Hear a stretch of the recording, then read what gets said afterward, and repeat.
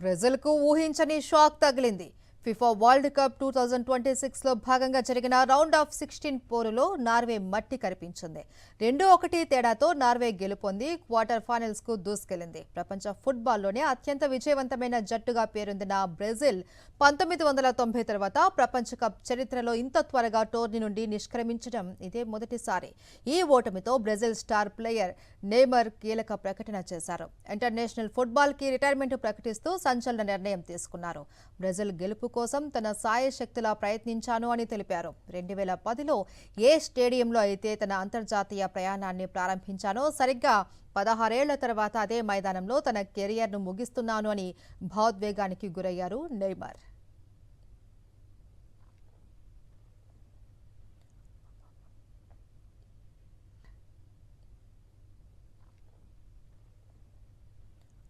బ్రెజిల్కు ఊహించని షాక్ తగిలింది. FIFA world cup 2026లో భాగంగా జరిగిన రౌండ్ ఆఫ్ 16 పోరులో నార్వే మట్టి కరిపించింది. 2-1 తేడాతో నార్వే గెలుపొంది క్వార్టర్ ఫైనల్స్ కు దూసుకెళ్లింది. ప్రపంచ ఫుట్బాల్లోనే అత్యంత విజయవంతమైన జట్టుగా పేరొందిన బ్రెజిల్ 1990 తర్వాత ప్రపంచ కప్ చరిత్రలో ఇంత త్వరగా టోర్నీ నుండి నిష్క్రమించడం ఇదే మొదటిసారి.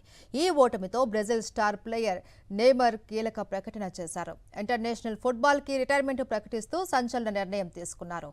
బ్రెజిల్ గెలుపు కోసం తన సాయశక్తులా ప్రయత్నించాను అని తెలిపారు. 2010లో ఏ స్టేడియంలో అయితే తన అంతర్జాతీయ ప్రయాణాన్ని ప్రారంభించానో సరిగ్గా 16 ఏళ్ల తర్వాత అదే మైదానంలో తన కెరియర్ను ముగిస్తున్నాను అని భావోద్వేగానికి గురయ్యారు నెయ్మర్.